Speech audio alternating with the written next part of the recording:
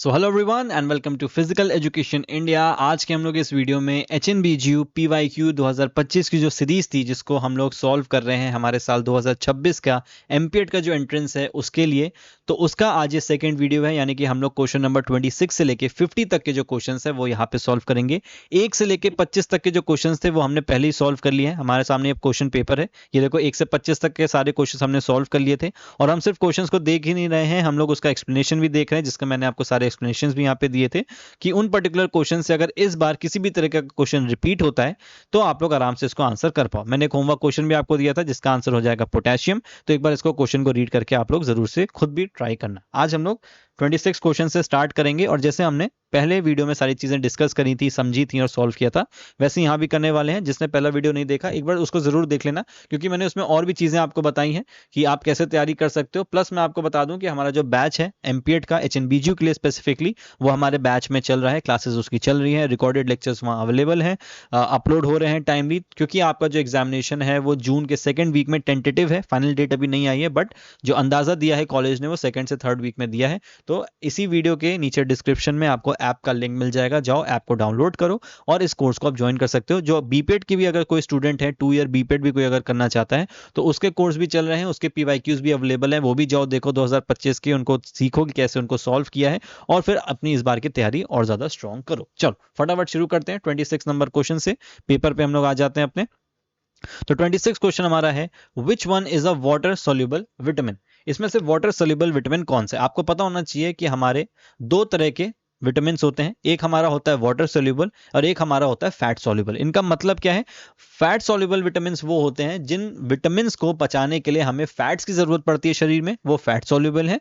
और जिन विटामिन को पचाने के लिए या फिर यूज करने के लिए उनका पानी की जरूरत पड़ती है वो आपके वाटर सोल्यूबल है। तो इसका जो सही आंसर हो जाएगा वो हो जाएगा विटामिन बी एंड सी। तो जो आपके विटामिन बी एंड सी हैं ये आपका पूरे पूरे वाटर सोल्यूबल है। विटामिन सी आपका एस्कॉर्बिक एसिड और आपका विटामिन बी के जो सारे कॉम्प्लेक्स होते हैं वो सारे इसके अंदर आपका आता है। इसके अलावा आपका जो बचा vitamin A, vitamin D, vitamin E और विटामिन के, ये चारों आपके होते हैं फैट सोल्यूबल। ठीक है, तो आपसे देखो वाटर सोल्यूबल पूछा है तो अब आपसे फैट सोल्यूबल भी पूछा जा सकता है। ये आपके फैट सोल्यूबल होते हैं, यानी कि जिनको पचाने के लिए आपको वसा यानी कि फैट की जरूरत पड़ती है। अच्छा, अगर हम यहाँ पे देखेंगे तो देखो इसको याद करने का एक बहुत सिंपल सा तरीका है कि आप इनको ऐसे सीधे मत पढ़ो, ADE के मत पढ़ो, आप इनको उल्टा पढ़ो। तो पढ़ने में देखो क्या आएगा, कीड़ा, KEDA, कीड़ा। ठीक है, अब अगर आप इसको कीड़ा करके याद करोगे तो कीड़ा जो है ये आपका फैट सॉल्युबल है और जो दो आपके बच गए ये आपका वाटर सॉल्युबल हो जाएगा। ठीक है, इनके जो साइंटिफिक नेम है ये आपको पता होना चाहिए, इनका क्या यूज होता है, इनकी कमी से क्या नुकसान आपके शरीर में होता है, ये सारी चीजें भी क्लासेस में लेक्चर्स में कवर्ड है, वहां जाके आप सुनोगे देखोगे तो आपको ये सारी चीजें जो है वो क्लियर हो जाएंगी। और उनको पढ़ने के बाद अगर ऐसे बेसिक क्वेश्चन आपके सामने आएंगे तो आप बहुत आराम से पूरे पूरे नंबर जो है वो यहाँ पे स्कोर कर पाओगे। मैंने आपको पहले भी बोला है HNBGU को एक अपना बहुत अच्छा ऑप्शन लेके चलो अपने कैरियर को डेवलप करने के लिए। मैंने मास्टर्स वहीं से करी है, मैंने JRF क्लियर किया है, तो मुझे पता है कि वहाँ की जो गाइडेंस है, वहाँ का जो एनवायरनमेंट है वो आपके फ्यूचर को डेवलप करने में बिल्कुल सपोर्ट करेगा। अगर आप अपने ऊपर मेहनत करना चाहोगे तो आप इन सारी चीजों को अच्छे से पढ़ो तो ये आपको आगे बहुत ज्यादा हेल्प करेंगे। चलो, डेफिशिएंसी ऑफ विटामिन डी, तो देखो विटामिन से ही आपके दो क्वेश्चन डायरेक्टली यहाँ देखने को मिल गए हैं। तो विटामिन डी की कमी से क्या होता है? तो विटामिन डी की कमी से आपको रिकेट्स होता है। रिकेट्स क्या है? रिकेट्स एक ऐसी बीमारी है जो कि छोटे बच्चों को होती है जब उनकी हड्डियां बहुत सॉफ्ट हो जाती है, कमजोर हो जाती हैं, जिसकी वजह से वो टूट सकती हैं। अब ये मैं कैसे याद कराता हूं लोगों को, रिकेट्स से देखो आप याद कर लो रॉकेट, तो बच्चे रॉकेट्स छुड़ाते हैं तो ये बीमारी बच्चों को होती है। मैं ये चीज क्यों बता रहा हूं, क्योंकि देखो जब विटामिन डी की कमी होती है तो बच्चों को बीमारी जो होती है वो होती है रिकेट्स। लेकिन ऐसी ही बीमारी जब बड़े लोगों को होती है तो उसको हम लोग या तो ऑस्टियोमलेशिया बोलते हैं या तो हम उसको ऑस्टियोपोरोसिस बोलते हैं। ठीक है, तो ये दोनों जो आपकी बीमारियां होती हैं विटामिन डी की कमी से होती हैं, ऑस्टियोमलेशिया, ऑस्टियोपोरोसिस, ये अडल्ट को होती हैं, बड़े लोगों को होती हैं। और रिकेट्स जो आपका होता है ये आपके छोटे बच्चों को होता है। तो इसको आप कैसे याद करोगे? रिकेट्स से रॉकेट्स, बच्चे ही रॉकेट छुड़ाते हैं तो ये बीमारी उनको होती है। ठीक है, नाइट ब्लाइंडनेस आपका विटामिन ए की कमी से होता है। ठीक है, इसको आप याद रखोगे। नाइट ब्लाइंडनेस विटामिन ए की कमी से है। गॉइटर आपका जो होता है ये आपका आयोडीन की कमी से होता है। ठीक है, आयोडीन की कमी से आपका गॉइटर होता है। और एनीमिया जो है ये आपका बेसिकली आयरन की कमी से आपका एनीमिया होता है। एनीमिया का मतलब क्या होता है कि जब आपकी बॉडी में जो आरबीसीज है, रेड ब्लड सेल्स जो है, जब उनकी कमी हो जाती है तो फिर आपको एनीमिया होने लगता है। एक बार मैं यहाँ देखता हूँ, मैंने यहाँ पे कुछ इन्फॉर्मेशन डाली होगी। ठीक है, जो चीजें मैंने आपको बताई वो आपका यहाँ पे इतनी चीजें देख लेनी। तो आपको ये जो डेफिशिएंसी है ये पेपर में पूछी जाती हैं। विटामिन B1 से क्या होता है, तो बेरी बेरी होता है। B3 से क्या होता है, पेलेग्रा किससे होता है, ये सारी चीजें आपसे पूछी जाती हैं। नाइट ब्लाइंडनेस जैसे मैंने आपको बता दिया, विटामिन ए हो गया। विटामिन सी के अपने अलग अलग काम है, ठीक है। विटामिन ई के काम है, विटामिन के का काम है। विटामिन के बहुत इंपॉर्टेंट है, जो आपके खून के जमाने को मदद करता है। जैसे आपको चोट लगी तो खून को कौन जमाएगा, तो वो विटामिन के का काम होता है, जिसका साइंटिफिक नेम आपका फाइलेकिनिन होता है, ठीक है। तो ये सारी चीजें आपको पढ़नी पड़ेंगी, ऐसे क्वेश्चंस आपके सॉल्व हो जाएंगे। चलो, 1 ग्राम ऑफ फैट गिव्स, 1 ग्राम जो फैट होता है वो हमें कितनी किलो कैलोरीज देता है, तो इसका बहुत सिंपल सा आंसर है 9 किलो कैलोरीज ये हमें देता है, ठीक है। तो अगर हम फैट की बात करेंगे तो हमें 9 किलो कैलोरी मिलती है। और अगर हम हमारे बाकी जो मैक्रो न्यूट्रिएंट्स हैं जैसे कि प्रोटीन और कार्ब्स, ये हमें दोनों ही देते हैं 4 किलो कैलोरी, ठीक है। तो आप इनको याद रखोगे। चलो, which statement is not correct for interval data. अच्छा, अब ये आपको देखो डेटा की बात हो गई है, थोड़ा सा मैं आपको ये समझा देता हूँ। ये आपका स्टैटिस्टिक्स का पार्ट है। स्टैटिस्टिक्स के भी जो लेक्चर हैं वो आपके अपलोड हो जाएंगे। जितने भी इंपॉर्टेंट लेक्चर्स हैं जिनसे क्वेश्चंस बनते हैं ऐसे पेपर में, उनके बारे में हम बात करेंगे। सबसे पहले मैं आपको इन इंटरवल स्केल्स के बारे में बता देता हूँ कि क्या क्या होती है। तो सबसे पहले आपको जो पढ़ना है वो है आपकी 4 स्केल्स हैं, जो कि हमारा मेनली स्टैटिस्टिक्स के अंदर हम लोग पढ़ते हैं। एक आपकी है नॉमिनल, एक है आपकी ऑर्डिनल, एक है आपकी इंटरवल और एक है आपकी रेशियो, ठीक है। ये 4 स्केल्स के बारे में आपको पढ़ना होता है। इनके बीच में क्या डिफरेंस होता है, बहुत ब्रीफ में, बहुत छोटे में मैं आपको बता देता हूँ, ताकि आप यहाँ पे कंफ्यूज ना हो। बाकी क्लासेस में जब हम डिटेल में पढ़ेंगे तो आपको चीजें समझ में आ जाएंगी। देखो, नॉमिनल स्केल क्या होती है, यहाँ पे आपकी कैटेगरीज होती हैं बस, ठीक है। तो जैसे अगर आपने सुना होगा, अगर मैं बोलूं कि किसी के जेंडर की मैं बात करूं, ठीक है, तो जेंडर में आप क्या लिख सकते हो, मेल और फीमेल।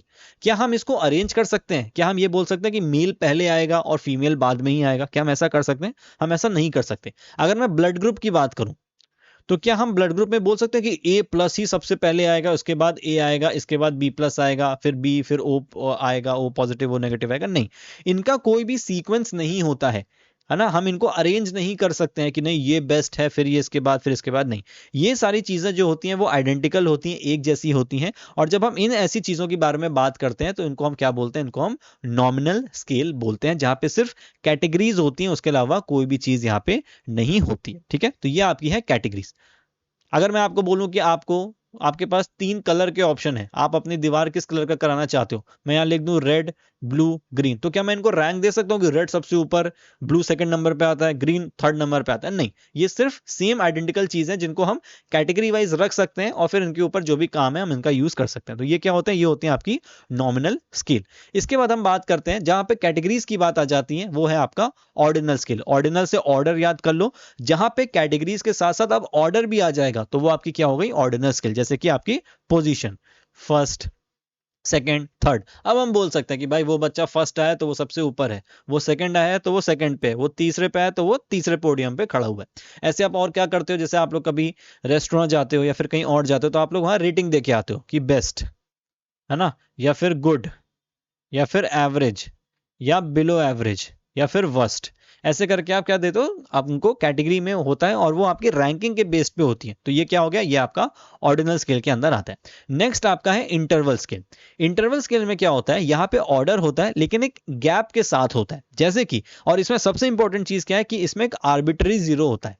आर्बिट्री जीरो का मतलब क्या होता है कि जीरो की जो वैल्यू होती है, हम जीरो की वैल्यू क्या समझते हैं, कुछ नहीं, है ना। आम भाषा में देखें तो हम ये बोलते हैं कि अगर किसी चीज को जीरो की वैल्यू दी है, इसका मतलब है कि उसके अंदर कुछ भी नहीं है, ना कोई मास है, ना कोई मैग्नीट्यूड है, उसके अंदर कुछ भी नहीं होगा, वो खाली है, खोखला है। तो यहां पे जब हम इंटरवल डेटा की बात करते हैं, इंटरवल स्केल की बात करते हैं, तो उसमें जब हम कहेंगे आर्बिट्री जीरो, तो आर्बिट्री जीरो का मतलब होता है कि जीरो की एग्जैक्ट वैल्यू वहां पे जीरो नहीं मानी जाती। जैसे कि अगर मैं आपको बोलूं टेम्परेचर, तो अगर मैं आपको बोलूं कि टेम्परेचर 0 डिग्री सेल्सियस है, तो इसका मतलब क्या है कि क्या वातावरण में कोई टेम्परेचर है ही नहीं, आपको कुछ फील नहीं होगा? आपको होगा, आपको ठंड लगेगी, नॉर्मल केसेस में आपको ठंड लगेगी। तो जहां पे जीरो का जो एग्जैक्ट जीरो का जो मतलब होता है वो नहीं माना जाता, तो वो आपका इंटरवल स्केल के अंदर आता है, जिसको हम लोग आर्बिट्री जीरो बोलते हैं। और ये बहुत रिपीटेड क्वेश्चन है पेपर्स का कि आर्बिट्री जीरो किस स्केल में आता है, तो इसका आंसर पता होना चाहिए आपको, इंटरवल स्केल। और रेशियो स्केल क्या हो जाएगी, जहां पे ट्रू जीरो होता है, यानी कि एब्सोल्यूट जीरो की जो वैल्यू होती है वही आपकी मानी जाती है। अगर मैं आपको बोलूं कि किसी का जो हाइट है हाँ वो जीरो है, तो इसका मतलब भाई उसके अंदर कुछ है ही नहीं। अगर मैं बोलूं किसी चीज का वेट जीरो है तो उसका मतलब वहां पे कुछ है ही नहीं, अगर कुछ होगा तो उसका वेट जरूर होगा, अदरवाइज वहां पे कुछ नहीं है, इसका मतलब वेट उसका जीरो है। टाइम, अगर मैं बोलूं कि टाइम जीरो है, 0 सेकंड्स है, तो इसका मतलब कोई टाइम नहीं है। तो जीरो की वैल्यू जब एग्जैक्टली जीरो ही होती है तो वो आपका रेशियो स्केल के अंदर आता है, इंटरवल के अंदर आपका आर्बिट्री जीरो आता है। ठीक है, इतना आप बेसिक इतना समझ जाओगे तो आपके इससे भी काफी क्वेश्चन सॉल्व हो जाते हैं। क्वेश्चन पे वापस चलते हैं, देखो क्या लिखा है, which statement is not correct for interval data. तो इसमें देखो सीधे सीधे आपको मिल रहा है it has a true zero, नहीं, ट्रू जीरो आपका कहां पे होता है, ट्रू जीरो आपका होता है रेशियो स्केल में। इसमें क्या होता है, इसमें आपका होता है 0 point on the scale is arbitrary. देखो इसमें दोनों ही पॉइंट्स दिए हुए थे, तो इसमें जो आपका सी वाला है ये गलत है, बी वाला आपका पॉइंट इसमें सही है कि जो जीरो होता है वो यहाँ पे आपका आर्बिट्री होता है, यानी कि उसकी सही वैल्यू नहीं होती है, और ट्रू जीरो जो होता है वो इसके अंदर नहीं होता। और आपसे यही पूछा कि इसमें से कौन सा करेक्ट नहीं है। ठीक है, इसको याद करने का देखो बहुत सिंपल सा तरीका है, ऐसे याद कर लो, नो आई आर, बस no I R, nominal scale, ordinal scale, interval scale और रेशियो स्केल। ठीक है, चलो आई होप इतना आपको चीजें समझ में आई होंगी।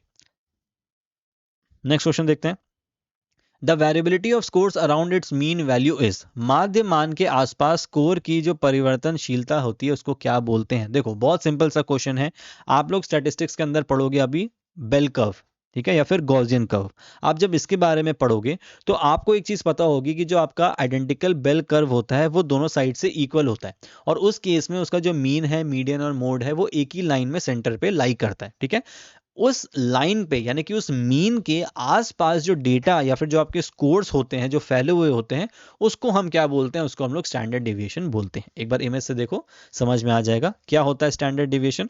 मैंने आपको बोला कि आपका एक नॉर्मल कर्व जो है या फिर जिसको हम बेल कर्व बोल रहे हैं, जिसके बारे में हम पढ़ेंगे क्लास में, क्योंकि उसके कुछ आपके कुछ उसके की पॉइंट्स हैं जो आपको पता होना चाहिए नॉर्मल कर्व के, तो उसके बारे में पढ़ेंगे। देखो ये आपका स्टैंडर्ड डेविएशन क्या हो जाएगा, ये आपका एक नॉर्मल कर्व है, इसके बीच में देखो ये मीन की लाइन है, इसके बगल बगल में जो भी डेटा आपका फैला हुआ है, ये 34.1% में जो एरिया में जो डेटा है, इसके बाद भी जो डेटा है ये क्या है, ये आपका स्टैंडर्ड डेविएशन कहलाता है। और आपसे क्वेश्चन में ये पूछा था कि मीन के अराउंड, यानी कि आपका जो मीन है इसके आसपास जो आपका डेटा, जो स्कोर्स फैले हुए हैं, जो वेरिएट कर रहे हैं, फैले हुए हैं, उनको क्या बोलते हैं, उनको हम लोग स्टैंडर्ड डेविएशन बोलते हैं। ठीक है, रेंज क्या होती है, रेंज आपका बेसिकली हाईएस्ट टू लोएस्ट, ये माइनस कर देते हैं तो आपकी एक रेंज निकल आती है। क्वार्टाइल डेविएशन क्या होता है, स्प्रेड ऑफ द मिडल 50%। जब हम बात करेंगे कि इस बेल कर्व का बीच का जो 50% है, जब हम उसकी सिर्फ बात करते हैं कि उसमें कितना वेरिएबिलिटी आ रही है, तो वो आपका क्या कहलाता है, वो आपका क्वार्टाइल डेविएशन कहलाता है। ठीक है, स्टैंडर्ड डेविएशन आपका किसी भी रेंज में हो सकता है, कितना भी हो सकता है, क्वार्टाइल डेविएशन आपका सिर्फ मिडल 50% की बात करता है। अगर मैं इसकी भी इमेज दिखाऊं तो ये देखो, ये होता है क्वार्टाइल डेविएशन का formula Q3 minus Q1 upon 2, और ये देखो ये आपका क्वार्टर 1 या क्वार्टाइल 1, ये आपका क्वार्टाइल 2, ये क्वार्टाइल 3 और ये आपका क्वार्टाइल 4। हमने क्या बोला, मिडिल 50%, यानी कि Q1 से लेके Q3 के बीच का जब हम डेटा देख रहे हैं तो ये हमारा पूरा क्वार्टाइल डेविएशन होता है। और ये कितना हो गया, ये आपका 50% हो जाएगा। यहाँ पे आपका 25% रह गया, बाहर जाने दो, यहाँ पे 25% रह गया, यहाँ पे भी इसको बाहर जाने दो। इसका फायदा क्या होता है कि आपके जो आउटलायर्स होते हैं, अगर आपने स्टैट्स में आउटलायर्स कभी पढ़ा होगा तो आपको पता होगा, जो भी आपकी वैल्यूज स्कोर के बाहर चली जा रही हैं, जैसे आपका मीन तो बड़ा अच्छा आ रहा है, बहुत सारे नंबर्स बीच में, लेकिन किसी का स्कोर 2 रह गया, या किसी का स्कोर 90 या 95 या 100 एकदम आउटलायर चला गया, एकदम दूर चला गया, तो वो यहां से एलिमिनेट हो जाता है। और हम लोग जो बीच का जो मेन हमारा एवरेज स्कोर होता है मीन के आसपास का, सिर्फ हम उसको यहाँ पे देखते हैं। तो ये आपका क्वार्टाइल डेविएशन होता है जो कि 50% ऑफ द डेटा यहाँ पे लेता है। स्टैंडर्ड डेविएशन मीन के आसपास का पूरा पूरा डेटा ले लेता है। ठीक है, चलो अभी आपका फैक्चुअल क्वेश्चन है, the term adolescence come from Latin word, तो ये एडोलसेयर से आता था। ठीक है, ये डायरेक्टली कुछ क्वेश्चंस आपसे इसमें फैक्चुअल पूछे गए, तो ये इसमें ज्यादा कुछ समझने समझाने को नहीं है। चलो, having round flat and soft bodies who were fond of food, easy going, slow reaction are. अब ये देखो आपका एक बॉडी टाइप है जो कि आपका दिया है शेल्डन ने। ठीक है, ये आपका शेल्डन का बॉडी टाइप्स हैं जो कि उन्होंने फिजिक के बेसिस पे दिया था, यानी कि शरीर के बेसिस पे उन्होंने बोला था। 3 टाइप उन्होंने आपके बताए हैं, एक आपका है मीजोमॉर्फिक, एक है एंडोमॉर्फिक और एक है आपका एक्टोमॉर्फिक। एक्टोमॉर्फिक कौन लोग होते हैं? जो बहुत पतले होते हैं, दुबले पतले होते हैं, जिनके हाथ पैर लंबे होते हैं, लेकिन वो इंटेलिजेंट होते हैं, समझदार होते हैं। ठीक है, स्पोर्ट्स में अगर हम बात करेंगे तो जो आपके बास्केटबॉल प्लेयर्स हैं, जो मैराथन रनर्स हैं, वो आपके इस कैटेगरी के अंदर आएंगे, क्योंकि पतले दुबले और अच्छी हाइट इनकी होती है।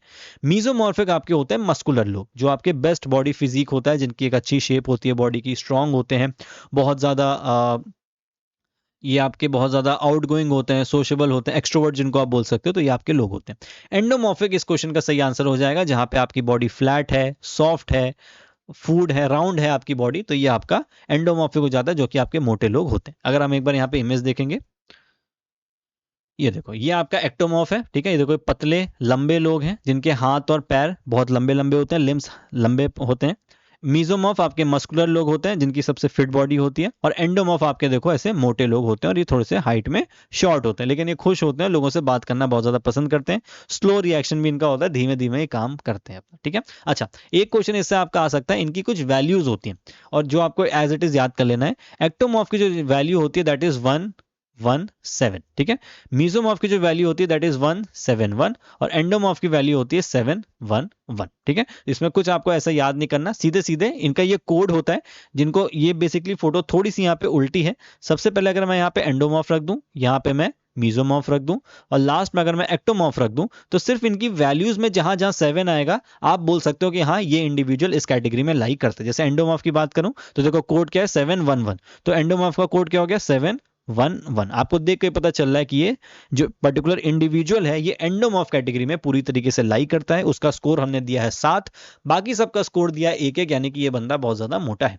वहीं देखो, अगर मैं 171 कर दूं, 171, तो मीजोमॉर्फ के ऊपर आ गया 7, इसका मतलब आपका जो इंडिविजुअल है वो आपका मीजोमॉर्फ कैटेगरी में लाई करता है। और लास्ट आपका क्या, एक्टोमॉर्फ, 117 एक्टोमॉर्फ के ऊपर आ गया, इसका मतलब ये आपका लंबा और दुबला पतला है, और ये आपका एक्टोमॉर्फ की बात हो रही है। ठीक है, शेल्डन ने आपका दिया था फिजिक के बेसिस पे, यहाँ पे इसको डिवाइड किया जाता है। और भी आपके बॉडी टाइप्स होते हैं, ये आपके पर्सनालिटी का बेसिकली टॉपिक है। और भी आपका होता है, क्राशमर का अलग है आपकी चीजें, क्राशमर ने अपने बेसिस पे दिया था। आपका इंट्रोवर्ट एक्सट्रोवर्ट आपका होता है, ओशन थ्योरी आपकी है। तो ये सारी बहुत इंपॉर्टेंट थ्योरीज हैं पर्सनालिटी की, तो इनको क्लासेस में जब आप पढ़ोगे तो ये क्वेश्चंस आपके सॉल्व हो जाए। चलो, which among the following is not a theory of motivation? इसमें से मोटिवेशन की थ्योरी कौन सी नहीं है? तो बहुत सिंपल क्वेश्चन है, थॉर्नडाइक थ्योरी, जिनका पूरा नाम है E.L. थॉर्नडाइक, इन्होंने लर्निंग थ्योरीज दी हैं। ठीक है, और ये मोटिवेशन की थ्योरी इन्होंने नहीं दी है, इन्होंने आपकी लर्निंग बेस्ड थ्योरीज दी हुई हैं। ठीक है, आपकी primary laws, secondary laws of learning, आपने लॉ ऑफ एक्सरसाइज पढ़ा होगा, है ना, वो सारी चीजें जो आपकी हैं, law of readiness, law of exercise, ये सारे जो आपके लॉज हैं, ये आपके E.L. थॉर्नडाइक ने दिए थे। ये भी हम लोग साइकोलॉजी वाला जो यूनिट है उसमें अच्छे से हम लोग इसको पढ़ेंगे। ठीक है, चलो, तो थॉर्नडाइक आपका इसका आंसर हो जाएगा। बाकी सब आपके जो है ये काइंड ऑफ इनकी ये सब आपके मोटिवेशन थ्योरी के, मास्लो की हायरार्की हो गई, मरेज थ्योरी हो गया, साइकोडायनेमिक थ्योरी इतना ज्यादा नहीं आएगी इसके अंदर, बट हाँ ये भी काइंड ऑफ आपकी मोटिवेशन जैसी ही हो जाएगी। ठीक है, ये भी आपका मोटिवेशन ही है। मैस्लो आपकी हायरार्की ऑफ नीड्स है, बहुत फेमस है, अब्राहम मैस्लो की ये पूरी थ्योरी, इसको भी हमने क्लास में अच्छे से पढ़ा है, क्योंकि इससे भी आपके क्वेश्चन आ सकते हैं। और मरे की आपकी नीड थ्योरीज होती हैं, बाकी थॉर्नडाइक की आपकी लर्निंग थ्योरीज होती हैं, जिसमें आपके प्राइमरी लॉज इन्होंने दिए हैं 3। ठीक है, इनके बारे में क्लास में डिटेल में पढ़ेंगे, और आपके दिए इसमें सेकेंडरी लॉस। ठीक है, चलो आ जाते हैं नेक्स्ट क्वेश्चन पे। The inverted you theory which is the classical work of? तो ये जो इन्वर्टेड यू थ्योरी है, सीधे सीधे पूछा है कि ये किसने दिया है, तो ये आपका दिया है यॉर्कीज और डॉटसन ने। ठीक है, यॉर्कीज और डॉटसन ने आपको ये दिया है। इसमें इन्वर्टेड यू यानी कि यू को उल्टा करके इन्होंने एक थ्योरी दी है। फटाफट थ्योरी बता भी देता हूं। ये देखो, इन्होंने इस थ्योरी में बोला, इन्होंने देखो बेसिकली क्या किया, यू को उल्टा कर दिया। ठीक है, इन्होंने क्या बोला कि हमारे अंदर जो अराउजल है, जो उत्तेजना है ना, ये एक ऑप्टिमम लेवल पे होनी चाहिए।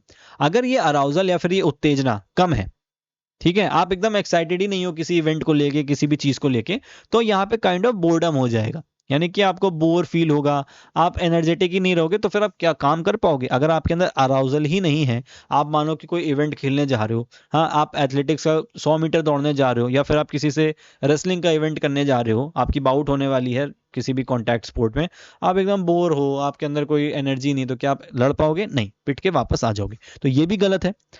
और अगर आपके अंदर ओवर एक्साइटमेंट है, ओवर अराउजल है, जरूरत से ज्यादा आप उत्तेजित हो रहे हो, अरे आओ बताता हूं, मैं पहली इवेंट में खत्म कर दूंगा, पता चले तुम्हारी 400 मीटर की 800 मीटर की रेस है, और या तुम्हारी और लंबी रेस है 3000 मीटर की रेस है, तुमने शुरू में 400 मीटर में पूरा स्प्रिंट लगा दिया, पूरा इतना अराउजल भरा, तुमने सारी जान लगा दी, खत्म, बॉडी टाइट हो जाएगी, आप आगे नहीं भाग पाओगे। तो ये भी आपका गलत है। तो इन्होंने क्या बोला था, यर्कीज और डॉटसन ने इन्वर्टेड यू थ्योरी में, कि आपका जो अराउजल लेवल है वो एक ऑप्टिमम लेवल पे होता है, जो कि यहाँ पे होता है। और कुछ इस तरीके से आप देखोगे, जब आप कहीं बुक्स वगैरह में देखोगे तो इस तरह की एक डिजाइन होती है, और वो बोलते हैं कि ये जो लेवल होता है किसी भी इंडिविजुअल का, ये आपका बेस्ट होता है, जहां पे आप अपनी एनर्जी को बेस्ट यहाँ पे दे पाते हो। ठीक है, फिर इसके अलावा और भी बहुत सारी थ्योरीज बनी, एक आपकी IZOF बनी थी।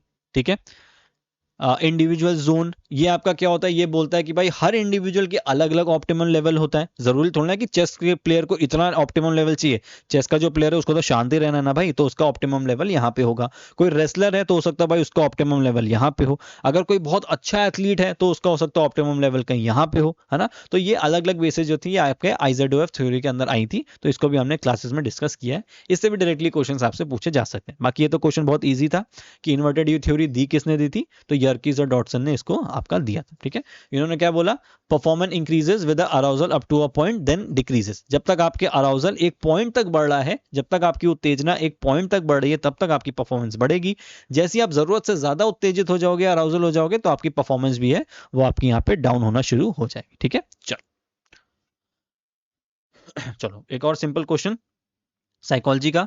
Bad stress is also known as, bad stress को हम क्या बोलते हैं, सिंपल सा इसका आंसर है डिस्ट्रेस। ठीक है, ईयू स्ट्रेस आपका गुड स्ट्रेस होता है, जो एक अच्छा स्ट्रेस होता है। जैसे आप मैच के पहले सोचते हो ना कि यार अच्छा खेलना है आज, नहीं तो हो सकता है चांसेस कम हो जाए मेरे सिलेक्शन के, या हो सकता है मैं प्रेशर में आ जाऊं तो मेरा मैच निकल जाए, मैं अगले राउंड में ना पहुंच पाऊं। तो ये क्या होता है, इसको हम लोग बोलते हैं ईयू स्ट्रेस, जो कि आपका गुड स्ट्रेस ही होता है। ठीक है, डिस्ट्रेस आपका बैड स्ट्रेस होता है। अंडर स्ट्रेस आप स्ट्रेस में ही नहीं हो, ओवर स्ट्रेस जरूरत से ज्यादा स्ट्रेस है। हालांकि ये दोनों जो है ये आपके कोई स्ट्रेस से रिलेट नहीं करते हैं। You stress is different, distress आपका एक बैड स्ट्रेस होता है। अक्यूट स्ट्रेस आपका होता है जो कि आपको छोटे टाइम के लिए होता है, जैसे कि आप कभी गाड़ी चला रहे हो और आपने देखा कि जेब में फोन नहीं है, 4 से 5 सेकंड के लिए हालत खराब, कुछ समझ नहीं आ रहा, फिर याद आता है बैग में डाल लिया था, तो वो क्या है, वो अक्यूट स्ट्रेस है जो छोटे टाइम के लिए हो रहा है। ठीक है, फिर आपका होता है क्रॉनिक स्ट्रेस, जो लंबे टाइम तक होता है। आप बीमार पड़ गए तो लंबा स्ट्रेस चलेगा, इंजरी हो गई तो आप बहुत लंबे टाइम तक परेशान हो, कोई एग्जाम नहीं निकला फिर से बहुत लंबे टाइम तक परेशान हो, कोई छोड़ के चला गया तो लंबे टाइम तक परेशान हो, तो वो आपका क्या होता है, वो आपका क्रॉनिक स्ट्रेस होता है। ठीक है, चलो इसके बारे में कुछ इंफॉर्मेशन एक्स्ट्रा है तो हम देख लेते हैं। नहीं, ठीक है, तो डिस्ट्रेस आपका नेगेटिव स्ट्रेस होता है, ये आपके लिए हार्मफुल होता है, तो इसी को हम लोग बैड स्ट्रेस बोलते हैं। तो आपका आंसर हो जाएगा इसमें डिस्ट्रेस। ठीक है, चलो what is the full form of PNF, तो बहुत सिंपल सा क्वेश्चन है। PNF की फुल फॉर्म क्या है, वो है आपका प्रोप्रियोसेप्टिव न्यूरोमस्कुलर फैसिलिटेशन। ठीक है, ये आपका एक फ्लेक्सिबिलिटी का और आपका स्ट्रेंथ बिल्डअप का एक तरीका है, जहां पे कॉन्ट्रैक्शन की मदद से और फ्लेक्सिबिलिटी की मदद से हम लोग खुद की फ्लेक्सिबिलिटी भी और साथ ही साथ स्ट्रेंथ भी डेवलप करते हैं। ये एक मॉडर्न टेक्निक है आपकी फ्लेक्सिबिलिटी की, जिसके साथ साथ आप स्ट्रेंथ भी डेवलप कर सकते हो। ठीक है, चलो तो ये आपका है प्रोप्रियो न्यूरोमस्कुलर फैसिलिटेशन। तो ये आपका स्ट्रेचिंग और रिहैबिलिटेशन में भी काइंड ऑफ हम इसको यूज कर सकते हैं। Next question, an injury to the ligament in the form of stretch and or tear is called. आपके लिगामेंट में जब इंजरी हो रही है तो हम उसको क्या बोलते हैं, बहुत सिंपल सा तरीका है, आप इसको क्या याद करोगे। देखो सबसे पहली बात आपको समझनी है कि लिगामेंट होते क्या है। ठीक है, तो लिगामेंट आपके क्या है, लिगामेंट आपके वो फाइब्रस कनेक्टिव टिश्यू है। ठीक है, क्या है लिगामेंट आपके, ये आपके बॉडी में कुछ कनेक्टिव टिश्यूज होते हैं जो कि आपकी एक बोन को दूसरी बोन में जोड़ने का काम करते हैं। जैसे आपके जॉइंट्स होते हैं ना, तो आपके जॉइंट्स में कभी आप फोटो देखना, कभी आप गूगल पे फोटो डालना, तो जॉइंट्स क्या होते हैं, उसके बाहर एक ऐसी कवरिंग होती है, तो वो जो कवरिंग है जो कि एक जॉइंट एक बोन को दूसरी बोन से जोड़ा है, वो क्या होते हैं, वो होते हैं आपके लिगामेंट्स। और जब भी आपके लिगामेंट में इंजरी होती है तो हम उस इंजरी को क्या बोलते हैं, उसको हम बोलते हैं स्प्रेन। इसको कैसे याद करोगे, इसको आप ऐसे याद कर लो, स्प्रेनल, बस। अब इस एल से क्या हो जाएगा, इस एल से हो जाएगा लिगामेंट। ठीक है, तो कभी भी आपके लिगामेंट में इंजरी होती है तो उसको हम क्या बोलते हैं, उसको हम बोलते हैं स्प्रेन। और लिगामेंट क्या होते हैं, वो टिश्यूज होते हैं जो कि आपकी एक बोन को दूसरी बोन से जोड़ते हैं। अच्छा, इसी के साथ एक चीज मैं आपको और बताता हूं, जैसे आपके लिगामेंट्स होते हैं वैसे ही आपका एक टिश्यू और होता है जिसको बोलते हैं टेंडन्स। ठीक है, ये टेंडेंस क्या करते हैं, जैसे आपका एक लिगामेंट एक बोन को दूसरी बोन से जोड़ता है, वैसे ही आपके जो टेंडेंस होते हैं ये आपकी एक मांसपेशी यानी कि मसल को एक हड्डी यानी कि एक बोन से जोड़ने का काम करता है। ठीक है, तो ये होते हैं आपके टेंडेंस। और जब आपको टेंडेंस में इंजरी हो जाती है तो उसको हम क्या बोलते हैं, तब हम उसको बोलते हैं स्ट्रेन। ठीक है, तो इसको कैसे याद करोगे, टी से स्ट्रेन में टी आ रहा है और टी से आपका हो जाएगा टेंडन। तो कभी भी अगर आपको क्वेश्चन आता है कि अगर आपके लिगामेंट में इंजरी हुई है तो आप बोलोगे कि आपको स्प्रेन हुआ है। अगर आपको क्वेश्चन आता है कि आपके टेंडन्स में इंजरी हुई है या फिर मसल्स में भी अगर इंजरी हुई है तो वो आपका स्ट्रेन होगा। ठीक है, इतना आपको ये याद कर, चलो ठीक है। तो यहाँ लिखा हुआ है लेसरेशन क्या होता है। लेसरेशन देखो आपके ऑप्शन में यहाँ पे दिया हुआ है, लेसरेशन आपका एक तरीके का कट होता है जब आपके स्किन पे कट लग जाता है। और कंट्यूजन क्या होता है, कंट्यूजन आपका ब्रूज भी हम इसको बोल सकते हैं। जैसे आपने कभी क्रिकेट खेला होगा या हॉकी खेला होगा तो कोई हार्ड बॉल जब आपके लग जाती है ना, जैसे कभी आपने देखा होगा कि अगर आपको कोई बहुत तेज से इंपैक्ट हुआ आपके स्किन के ऊपर, तो उस केस में क्या होता है कि आपका शरीर पे ना हल्का सा ब्लूइश हो जाता है, आपका खून जम जाता है और वो ब्लूइश जैसा purple colour, bluish colour, red colour का वो एक स्पॉट बन जाता है। तो उसको क्या बोलते हैं, उसको हम लोग कंट्यूजन बोलते हैं। ठीक है, बेसिकली जो सबसे सिंपल फॉर्म होता है इसका उसको ब्रूस बोलते हैं। ब्रूस का मतलब कि हल्का हल्का आपको नीला दिख रहा है। फिर अगर उससे ज्यादा दिख रहा है कि भाई पर्पल हो गई है अंदर से स्किन, तो वो कंट्यूजन है। और जो इसका सबसे वर्स्ट केस होता है उसको बोलते हैं हेमाटोमा। हेमाटोमा में आपका पूरा इंटरनल ब्लीडिंग जो होती है वो आपकी शुरू हो जाती है। बेसिकली आपको ये जो कलर देखने को मिल रहा है ना, नीला, पर्पल और ये लाल कलर, ये इसलिए होता है क्योंकि आपके जो टिश्यूज होते हैं वो अंदर फट जाते हैं और आपके अंदर इंटरनल ब्लीडिंग शुरू हो जाती है। ठीक है, लेकिन वही जब हेमाटोमा की कंडीशन आती है तो उसका मतलब है कि बहुत ही सीवियर कंडीशन हो गई है और उससे आपकी डेथ भी हो सकती है अगर आपने उसको सही टाइम पे कंट्रोल नहीं किया। ठीक है, तो ये आपके सारे ऑप्शन है, इसका जो आंसर हो जाएगा वो है स्प्रेन। चलो, frequency of short wave diathermy, अब ये बहुत फैक्चुअल क्वेश्चन है। शॉर्ट वेव डायथर्मी के बारे में आपने सुना होगा, हीट प्रोड्यूस होता है जिसमें आपका जो रेंज होती है, जो फ्रीक्वेंसी होती है वो एग्जैक्ट आपकी 27.12 होती है। तो इसमें कुछ ज्यादा डिस्कस करने को नहीं है, एज इट इज हम लोग इसको याद करेंगे ताकि अगली बार अगर ऐसा क्वेश्चन है तो आप इसको याद कर। ठीक है, ये आपकी एक फ्रीक्वेंसी है थेराप्यूटिक की जिसको हम यूज करते हैं। चलो नेक्स्ट क्वेश्चन देखते हैं। नेक्स्ट क्वेश्चन है आपका, cold application leads to dash at the cellular level and decreases tissue metabolism. देखो, कोल्ड एप्लीकेशन की जब हम बात करते हैं हमेशा ध्यान रखना कि कभी भी आपको जब चोट लगती है ना तो आपने देखा होगा कि सब बोलते हैं कि बर्फ लेके आओ। ठीक है, क्यों बर्फ लेके आओ, क्योंकि बर्फ लगाने से क्या होता है कि हमारी जो नसें होती हैं, हमारी जो नर्व्स होती हैं, जो हमारे खून को उस जगह तक पहुंचा रही हैं, वो सिकुड़ जाती हैं, जिसको हम क्या बोलते हैं, कॉन्स्ट्रिक्शन करना, जिसको हम क्या बोल सकते हैं, वेसो कॉन्ट्रिक्शन, यानी कि वेन्स का कॉन्स्ट्रिक्शन, वेन्स का सिकुड़ना या फिर संकुचन हम उसको बोल सकते हैं। ठीक है, क्यों ऐसा करते हैं भाई, अगर सोचो कि मेरे यहाँ पे अगर चोट लग गई है, ठीक है, मेरे हाथ में यहाँ पे ऐसे चोट लगी, अब यहाँ पे ये जो चोट है ये एक्टिव कैसे रहेगी, जब इस चोट में खून पहुंचेगा।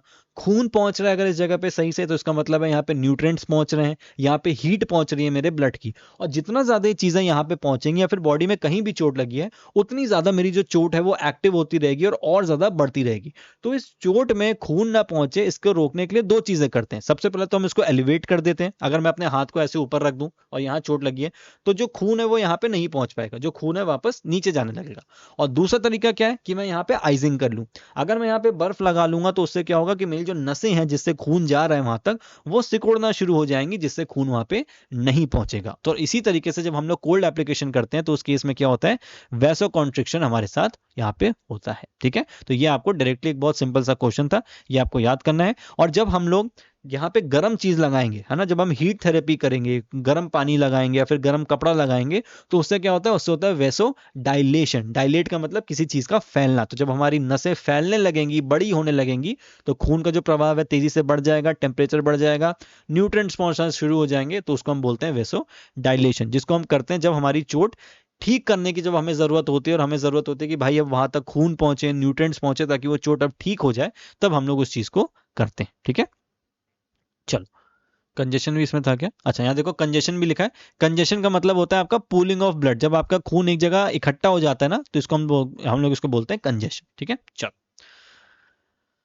40th question, a dash fracture results when a bone is broken by a twisting force। अब वो कौन सा फ्रैक्चर है जब बोन उसमें टूट जाती है, जब ट्विस्ट हो जाती है बोन, तो उसको हम लोग बोलते हैं स्पाइरल फ्रैक्चर। क्या होता है स्पाइरल फ्रैक्चर में, जैसे हम अपना कपड़ा निचोड़ते हैं ना, उसी तरीके से आपकी बोन भी निचोड़ जाती है, यानी कि एक सिरा इस तरफ एक सिरा दूसरी तरफ जब ऐसे मुड़ जाएगा तो इसको हम लोग क्या बोलते हैं, इसको हम लोग स्पाइरल फ्रैक्चर बोलते हैं। ठीक है, ग्रीन स्टिक फ्रैक्चर बच्चों को होता है, आई थिंक मैंने इमेज लगाई होगी। ठीक है, तो इसका आंसर हो गया स्पाइरल फ्रैक्चर। देखो ट्विस्टिंग या रोटेशनल फोर्स होता है, जब हड्डी ऐसे मुड़ जाती है तो ये टूट जाती है बीच से। ग्रीन स्टिक फ्रैक्चर जो होता है ये जनरली बच्चों को होता है। इसमें क्या होता है, नीचे इमेज होंगी, हाँ चलो देखो इमेज है, ये देखो ये ग्रीन स्टिक फ्रैक्चर है ना।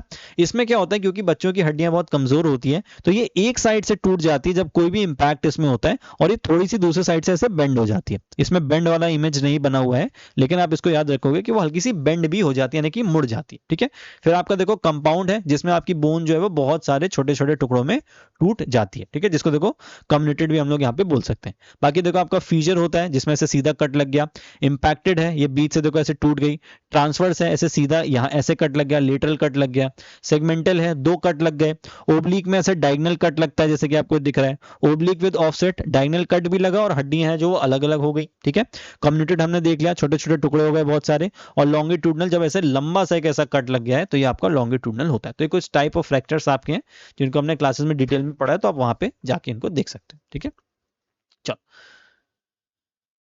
चलो प्रोबेबिलिटी का क्वेश्चन आ गया, स्टैट्स के अंदर ही आपका आएगा, if occurrence of one event discards the occurrence of remaining event it is called. तो बहुत सिंपल सा एक क्वेश्चन है कि हम लोग जब बात करते हैं प्रोबेबिलिटी की, तो उसमें जब एक इवेंट होने की वजह से जो दूसरा इवेंट है वो नहीं हो सकता तो उसको हम लोग क्या बोलेंगे, उसको हम लोग म्यूचुअली एक्सक्लूसिव इवेंट बोलते हैं। जैसे कि अगर मैंने बोला कि मैं एक बार सिक्का उछालूंगा तो या तो हेड आएगा या तो टेल आएगा, तो ये दोनों क्या है, ये दोनों एक म्यूचुअली एक्सक्लूसिव इवेंट है।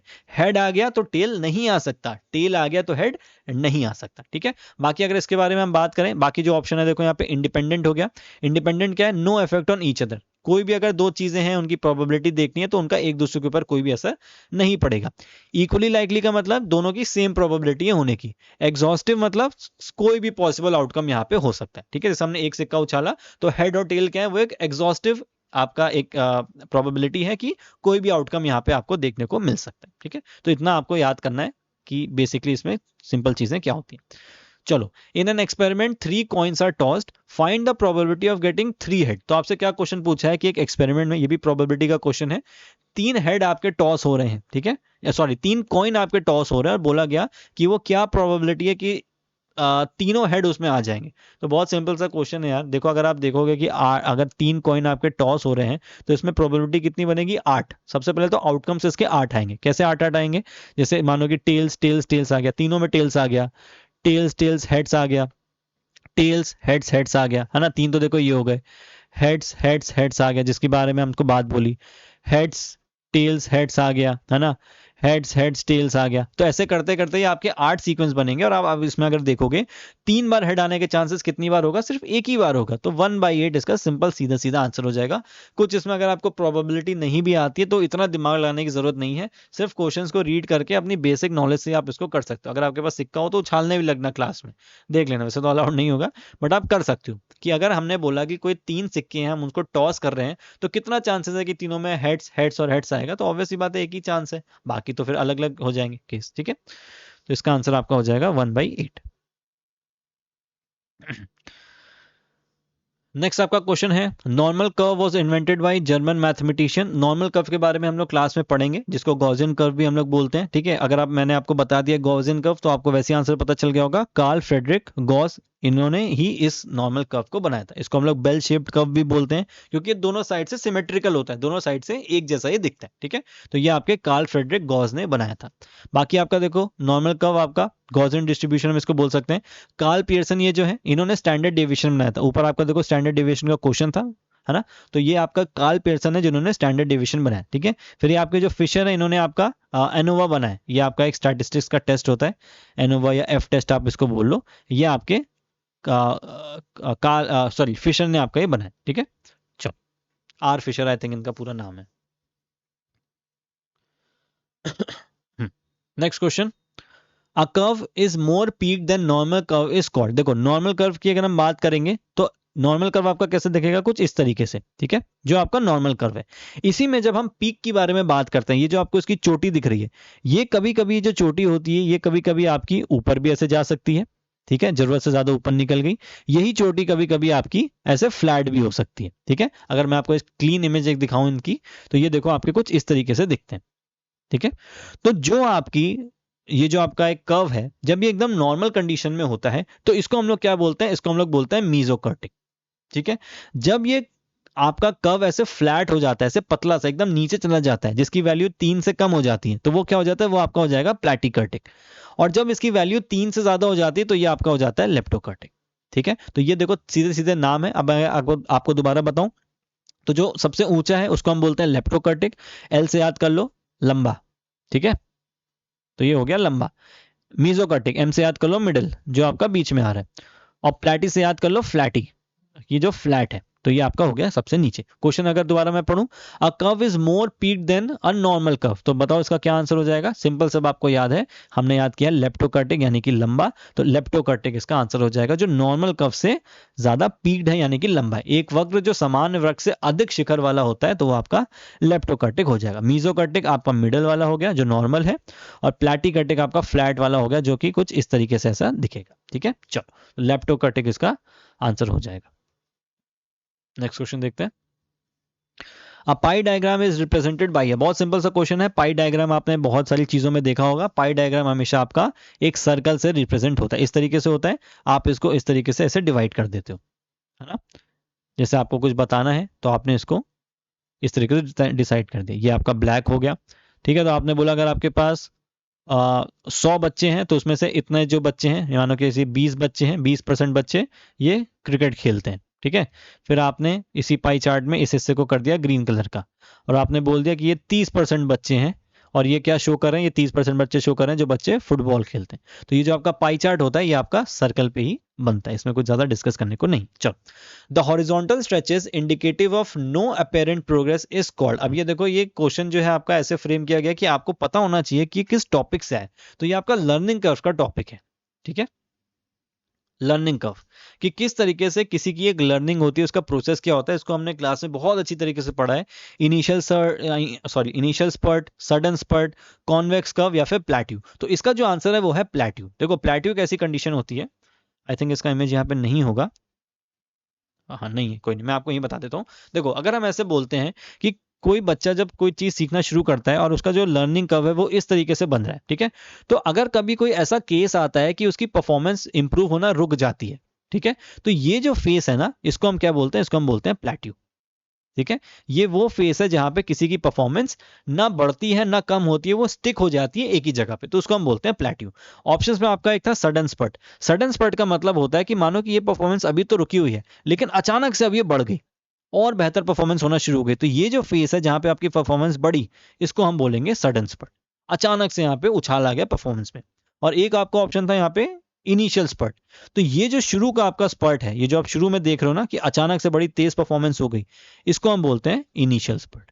ठीक है, और क्यों बोलते हैं इनिशियल स्पर्ट, और ये देखो इतनी तेजी से क्यों बढ़ा है, क्योंकि शुरू में जब हम बेसिक चीजें सीखते हैं ना तो हमें चीजें बहुत अच्छी तरीके से आ जाती है, हम बहुत एक्साइटेड होते हैं किसी भी चीज को सीखने के लिए, हम बहुत ज्यादा फोकस करते हैं, तो इसीलिए शुरू में जो स्पर्ट होता है वो आपका इस तरीके का यहाँ पे दिखता है। ठीक है, तो इसका जो आंसर हो जाएगा वो हो जाएगा आपका प्लेट्यू। नेक्स्ट है आपका somatic state anxiety is dash components of anxiety. Somatic में जो आपका सोमा होता है ना, सोमैटिक में सोमा लिखा है, ये है आपका, इसका मतलब होता है बॉडी। कभी भी आपकी बॉडी में एंजाइटी दिखती है, बॉडी में आपकी चिंता दिखती है, शरीर में चिंता दिखती है, तो वो कहाँ दिखेगी, वो आपके फिजिकल आपको दिखेगी। ठीक है, ये एंजाइटी के टाइप्स हैं। एंजाइटी के मेनली जो आपके टाइप्स होते हैं वो आपका ट्रेट एंजाइटी और स्टेट एंजाइटी होता है। स्टेट एंजाइटी जो आपकी होती है वो किसी पर्टिकुलर सिचुएशन की होती है, कि भाई इस कंडीशन में अगर मुझे डर लग रहा है, जैसे कि अगर मैं बोलूं कि फुटबॉल में जब मैं फ्री किक या फिर जब पेनाल्टी शूट लेने जाता हूं तो मुझे डर लगता है, तो वो क्या है, वो है आपकी स्टेट एंजाइटी, कि किसी पर्टिकुलर सिचुएशन पे आपको डर लग रहा है तो वो आपकी स्टेट एंजाइटी है।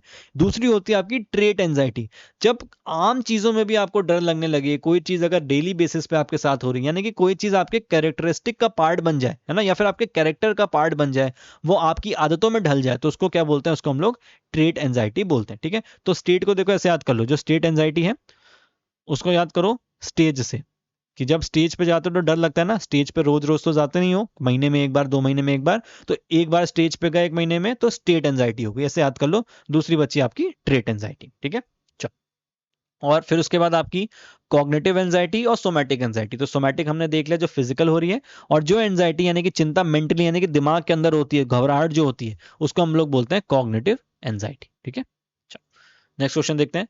N immediate emotional state that is characterised by apprehension, fear and tension. देखो यहाँ पे क्या है, immediate control emotional state, immediate तुरंत की बात हो रही है कि तुरंत आपके साथ कोई घटना घटी है, इमीडिएट इमोशनल। तो अभी हमने ऊपर क्या देखा था कि भाई अचानक अगर कोई चीज होती है और आपको डर लगने लगता है तो हम उसको क्या बोलते हैं, उसको हम बोलते हैं स्टेट एंजाइटी। कैसे याद किया था हमने, स्टेज से, ठीक है। एंड इमीडिएट इमोशनल, एक तात्कालिक भावनात्मक स्थिति जो आशंका, भय और तनाव से चिन्हित होती है। आपका जो दोस्त था जिसको डिबेट कंपटीशन में पार्ट लेना था वो नहीं आया था, टीचर ने बोला कि चलो भाई तुम उठो और तुम जाओ, आपकी हालत खराब, अचानक से आपको बोल दिया, आपके हाथ पैर कांपने लगे, तो क्या है ये, स्टेट एंजाइटी आपकी होती है, ठीक है। चलो आई थिंक यहाँ पे कुछ एक्सप्लेनेशन होगा। हाँ देखो, सोमैटिक एंजाइटी वाला आंसर है फिजिकल, जहाँ पे आपका स्वेटिंग हो गया, पसीना बहना, हार्ट बीट तेज हो जाना, टेंशन होना, ये सब आपका सोमैटिक के अंदर आएगा। और ये आपका हो जाएगा स्टेट एंजाइटी, ठीक है। स्टेट एंजाइटी टेम्पररी होती है, कुछ टाइम के लिए होती है, जैसे आप स्टेज से उतरोगे आपकी एंजाइटी खत्म हो जाएगी। सिचुएशन बेस्ड होती है, सिचुएशन में जैसी जैसी कंडीशन बन रही है वैसी वैसी एंजाइटी आपको देखने को मिलेगी। Trait anxiety long term personality, यानी कि आपकी आदतों में ये घुल जाती, ठीक है। चलो, the word personality is derive from the word persona meaning mask, ठीक है। तो अभी देखो ये सिंपल सी बात है, इसका जो आंसर है दैट इज लैटिन। तो word personality is derive from the Latin word, ठीक है। तो एक लैटिन वर्ड है पर्सोना, जिसका मतलब होता है मास्क। तो देखो आप इससे ये भी सीख जाओ कि जो पर्सनैलिटी है वो एक लैटिन वर्ड से आया जिसको हम पर्सोना बोलते हैं, और पर्सोना का मतलब होता है मास्क, ठीक है। इतना आप चीजें से याद कर लो। लास्ट क्वेश्चन देखते हैं। Society is a network of, society किस चीज का नेटवर्क है भाई, तो ये आपका सिंपल सा आंसर आपको दिख रहा है, सोशल रिलेशनशिप्स का, ठीक है। सामाजिक संबंध का ही सामाजिक नेटवर्क होता है। तो ये बहुत सिंपल सा क्वेश्चन था। तो ऐसे कुछ क्वेश्चंस भी आपके सोशियोलॉजी से भी आते हैं जो आपको डायरेक्टली फ्री में मार्क्स देते हैं, ठीक है। तो देखो हमने यहाँ पे 50 क्वेश्चन अपने आज के कर लिए हैं। एक होमवर्क क्वेश्चन यहाँ पे आई थिंक आपके लिए होगा। हाँ ये देखो, ये आपका होमवर्क क्वेश्चन है। Which class of lever is used in situps, आपने बॉडी लीवर्स पढ़े होंगे बायोमैकेनिक्स में, ठीक है। तो ये आपका उससे रिलेटेड क्वेश्चन है कि जब हम सिटअप करते हैं तो कौन सा क्लास ऑफ लीवर उसमें बॉडी लीवर यूज होता है। इसका जो आंसर है मैंने आपको जो इसका थर्ड पार्ट बनाऊंगा उसमें मैं शुरू में दूंगा, बाकी आप लोग कमेंट सेक्शन में इसका आंसर जरूर करना। बाकी ये जितने भी क्वेश्चंस मैंने आपको दिए हैं होपफुली आपको समझ में आए होंगे कि किस तरीके के क्वेश्चंस आपके बनते हैं। नेक्स्ट वीडियो में हम लोग क्वेश्चन नंबर 51 से लेके 75 के जो क्वेश्चन है वो सॉल्व करेंगे, और फोर्थ क्वेश्चन में 76 से 100 करके हम इस पेपर को कंप्लीटली सॉल्व कर लेंगे, ठीक है। तो आई होप आपको काफी चीजें समझ में आई होंगी। मैं फिर से आपको बता दूं, अगर आप बैच को ज्वाइन करना चाहो तो आप कर सकते हो, कंप्लीट प्रिपरेशन आपको इसमें मिल जाएगी। फिजिकल फिटनेस टेस्ट की गाइडेंस, सारी गाइडेंस जो है वो सारी हम इसमें बात करके आपसे डिस्कस करेंगे, आपको गाइड करेंगे, ताकि एचएनबीयू कॉलेज में इस साल आपका जो सिलेक्शन है वो कंफर्म हो। चलो, thank you so much for watching this video. कोई भी अगर डाउट हो तो आप कमेंट सेक्शन में लिख सकते हो। मिलते हैं हम लोग अगले वीडियो में।